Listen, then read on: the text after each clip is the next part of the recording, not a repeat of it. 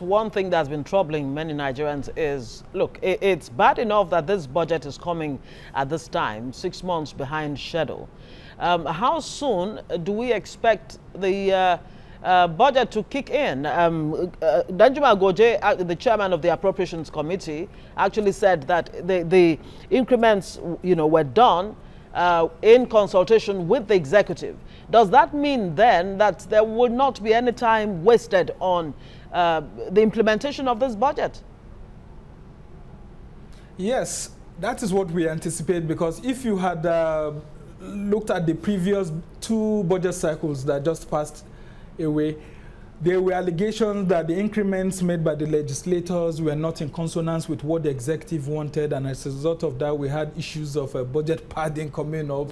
The federal lawmaker has been accused of adding 1 or 2 things here and there. But if you look at it, these new additions, according to the federal lawmakers, were done as a result of proposals even from the executive itself. So you must have heard the director of the budget office, Ben Akabo, is saying that yes, some of these additions are really necessary here and there.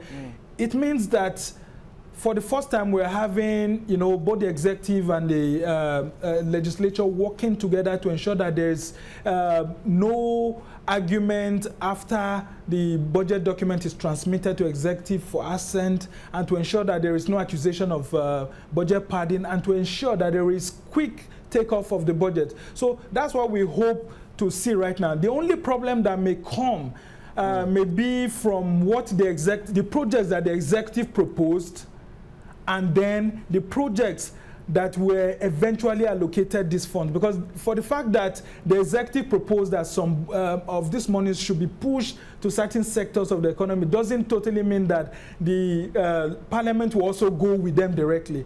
They will also have to sit down and look at it and say, okay, yes, you proposed this, okay, but we feel that this should be better here, but we'll still take consonance of what you have said. So as a result of that, there's a win-win situation. It won't be a total deviation, but it won't be totally giving up their rights as parliamentarians to also see where Nigerians critically need financial support in the new financial year.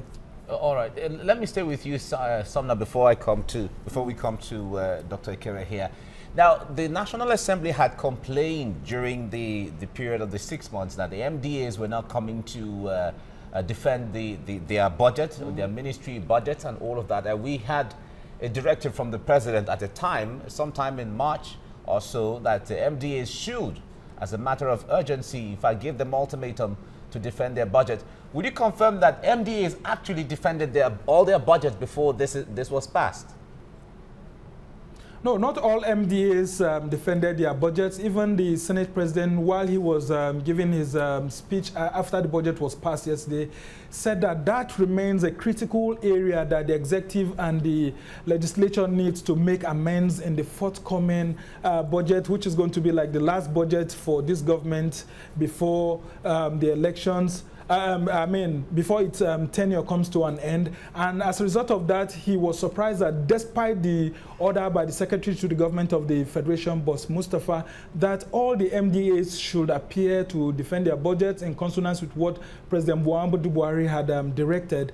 Not all of them did that. In fact, it remains a sour point. But don't also forget that there were accusations by some of the MDAs that they were being asked by the federal lawmakers to part with some monies here and there, of which the lawmakers vehemently denied, saying that there was nothing like that. But this is an area of friction that has always, affected the relations between both arms of government, and it remains to be seen if, both arms of government are getting familiar with the processes, and then the ruling party gets its house in order, that all of this will eventually be tackled. But one sour point that remains in all of this is that sometimes the budget office will keep insisting that it's not the MDAs that are delaying, but that sometimes when they are prepared to come and defend, that the lawmakers will keep saying that no, they are going on oversight or doing one or two things here and there. But the reality is that there's an existing tension between both arms of government when it comes to appearing for budget defense sessions. And unfortunately, it affects everything. Let me still remain with you, Somna Sambo. Okay, so what do we make of this additional 500 billion that's been added to the budget by the Senate?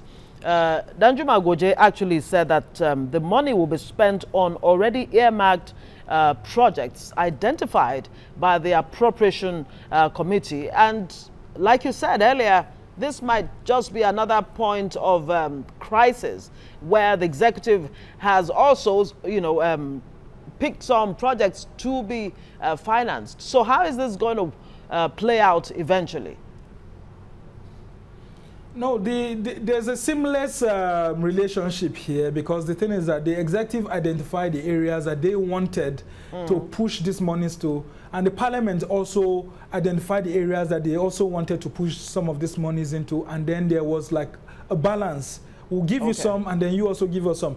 One critical area that the National Assembly was interested in is the 2014 National Health Act signed into law, which mandated that each of the budgets that will be passed by the National Assembly will dedicate 1% of that budget to the funding of the health sector. And, you know, since 2014, there had been foot dragging, but this time around, after lots of lobbying by the Nigerian Medical Association, so many stakeholders here and there, and the Senate President being a medical doctor himself, who had to engage in lobbying of his colleagues and that of the House, they ensured that this Act for the first time is going to be obeyed in the 2018 budget. They allocated 1% of the entire budget to it, and they are actually hoping that the executive will ensure that this critical sector is funded, so that it will also be in line with Mr. President's earlier electoral promise that the health sector will receive massive funding, and then the health sector itself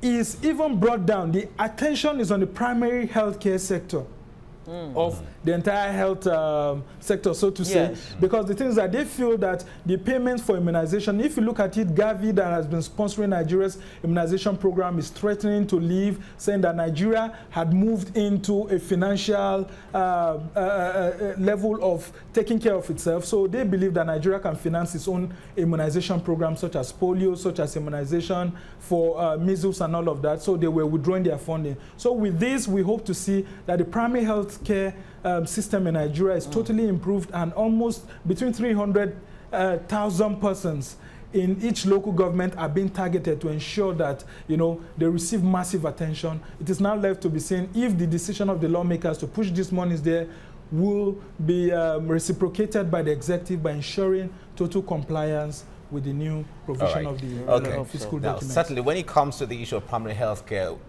this country got it right under Professor Olukoya Ransom Kuti when he was Minister of Health some time ago. Now, Dr. Kerry, let me come to you on this. Somna earlier said that certainly not all MDAs came to defend their budget. When a presidential directive is given, in fact, this is not the first time. Remember when the president directed the IG of police to go to Benue, you know, relocate to Benue and all of that, and then he came out to say, well, I didn't know that my directive was flouted. How concerned, how troubling, let me say, is that when MDAs are given presidential directive or presidential order and they don't act by it? It is very worrisome. It's very worrisome. But again, I look at it this way, that if I am in position to give directives, shouldn't I have the way of ascertaining whether those directives were carried out or not? So are we saying that there's no mechanism to find out whether the president's directives are actually carried out?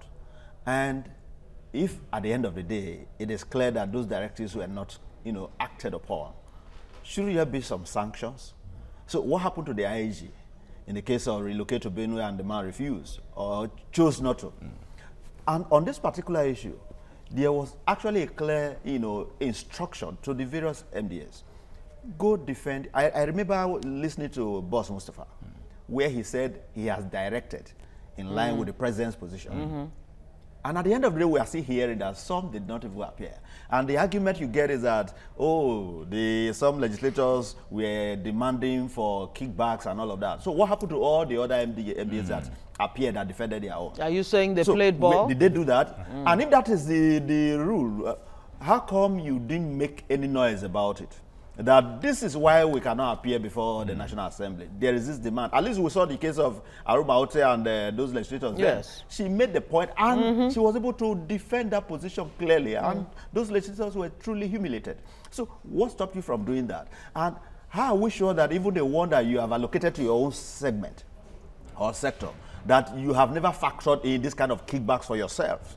So I don't want to see that excuse as anything tenable. No. I expected as those MDAs that failed to appear, their budgetary allocation should have been suspended, so that they will learn a lesson from that. You should be able to convince the body that makes the laws on how and why these funds are desirable or in your area, so that they could appropriately do what the law suggests, so that everything flows in line. The idea of some people staying behind as if they are more than the law does not augur well for this country. Okay. Okay. Dr. Dan Ekere, thank you very much for your time. Always reliable. Thank you very much. Thank you very much. Thank you. Always and of course, Samna Samba was our correspondent right there in Abuja, trying to shed some more light on this for us. Thank you very much, Samna.